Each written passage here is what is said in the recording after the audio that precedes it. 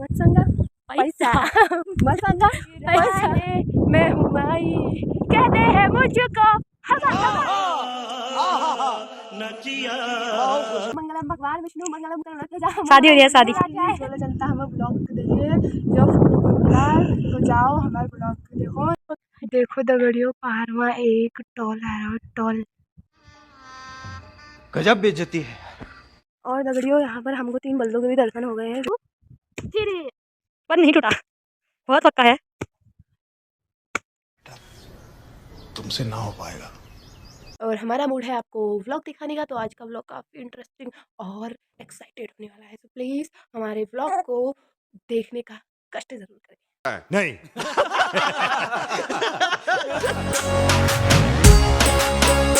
तो स्वागत है हमारी प्यारी सी भोली सी क्यूट सी जनता का। आज का व्लॉग बहुत ही एक्साइटेड होने वाला है क्योंकि पिछली बार जो हमने उत्तराखंड की फेमस लव स्टोरी वाली स्टोरी को बीच से आधा छोड़ दिया था, आज हम उसे कंप्लीट करेंगे अपनी इसी लोकेशन पर, क्योंकि उस पर काफ़ी ज़्यादा व्यू भी आए थे, जितने भी है 30-35 जितने भी है, क्योंकि आप लोगों को तो पता ही है कि आप देखते हो लेकिन लाइक और सब्सक्राइब पता नहीं कब करेंगे। लेकिन खैर ये सब छोड़िए, आज का व्लॉग होने वाला है बहुत ही इंटरेस्टेड, यानी कि so beautiful, so elegant, just looking wow wow wow wow. अबे जल्दी बोल, कल सुबह पनवेल निकलना है। शुरुआत करते हैं। तो सबसे पहले हमारे गणनाथ देवता को हमारा साक्षात प्रणाम।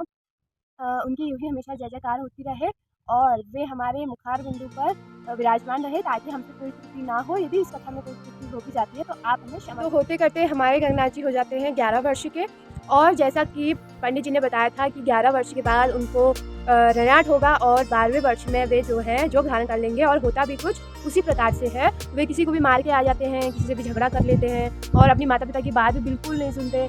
तो उनकी माता और पिता के जहन में कहीं ना कहीं ये बात थी कि पंडित जी की कही हुई बात आप सच हो रही है। और धीरे धीरे वो समय आ ही जाता है जब बारी आती है भानु से मुलाकात करने की। यहाँ से गंगनाथ जी निकल पड़ते हैं बागेश्वर की ओर, और बागेश्वर में लगा रहता है उत्तरायणी का मेला।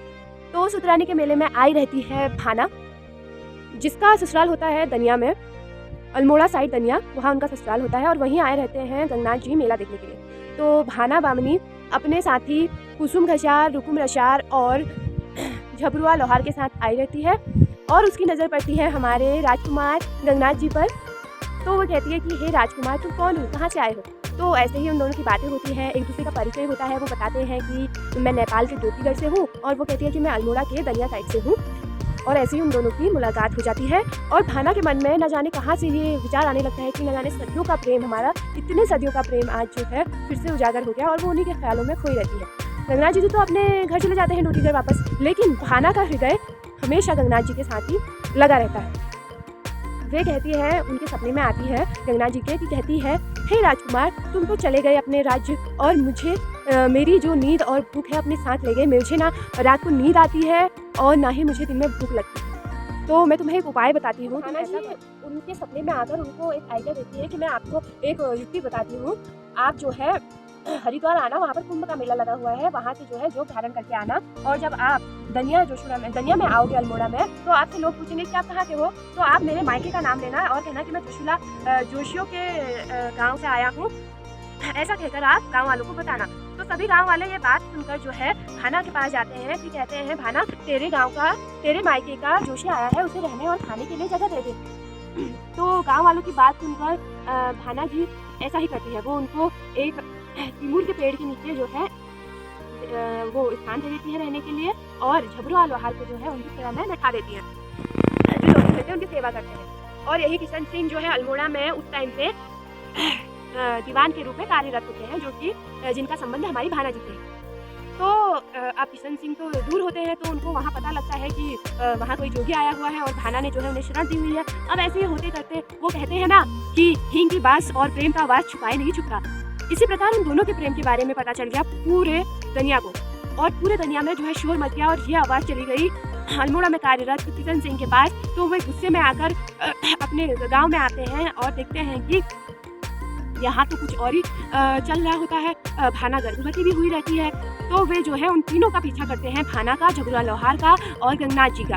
उन तीनों का पीछा करते करते वे एक गधेरे में पंचकी के नीचे उनको दबाकर मार डालते हैं और वही उनको गाड़ देते हैं।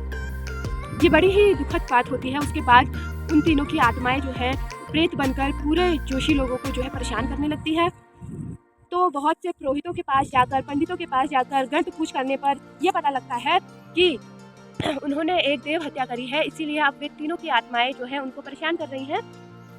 और इसका उपाय निकाला जाता है पंडितों द्वारा कि उनका एक मंदिर बनाया जाए, तीनों के अलग अलग स्थान जो है मंदिर छोटे से वो बनाए जाए, उन्हें वहाँ स्थापित करा जाए, उन्हें मनाया जनाया जाए और जो है वहीं पर स्थान दिया जाए। ऐसे करके वे सब कुछ शांत होता है। चिकन सिंह उनका मंदिर बनाते हैं वहीं पर और उन्हें स्थान देते हैं अपने जोशी ग्राम में यानी दुनिया में। आज भी उनका मंदिर, उन तीनों का मंदिर वहाँ पे है। इसमें से आगे लोग जानते हैं और आगे नहीं जानते, तो उन्हें आज पता जाएगा कि वे भोलेनाथ का ही रूप है। और भी उनके उत्तराखंड में काफ़ी अवतार हुए हैं, जैसे कि सैम देवता, गोलू देवता, कैल बिश और ये हमारे गंगनाथ जी।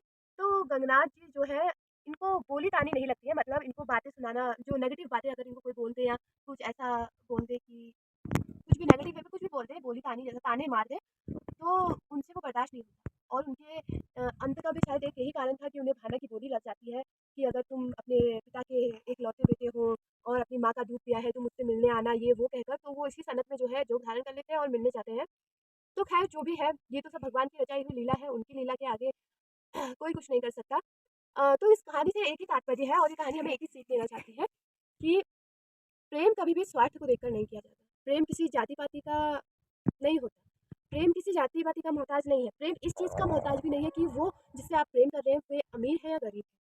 प्रेम एक ऐसी चीज़ है जो ढूंढने से नहीं मिलती, वो आपको अचानक ही होगी और इतनी गहरी हो जाएगी कि आप उसे मरते दम तक नहीं भुला सकती। हमेशा वो आपके जहन में कहीं ना कहीं याद ज़रूर उसकी बनी रहती है। तो हम आपसे यही कहना चाहेंगे कि अगर आपकी अधूरी मोहब्बत पूरी है तो उसे संजो कर रखिए, और अगर अधूरी है तो भगवान से दुआ कीजिए कि अगले जन्म में भी ज़रूर पूरी हो। और अपनी मोहब्बत को हमेशा बचा कर रखिए, जिससे आप बेहद मोहब्बत करते हैं उनकी रिस्पेक्ट कीजिए। लेकिन हाँ, आजकल के प्यार में पड़कर, किसी को धोखा देकर, किसी से पैचअप या ब्रेकअप कर कर, ये झूठा प्यार जताकर किसी के दिल के टुकड़े ना कीजिए, उसे ठेस ना पहुँचाइए।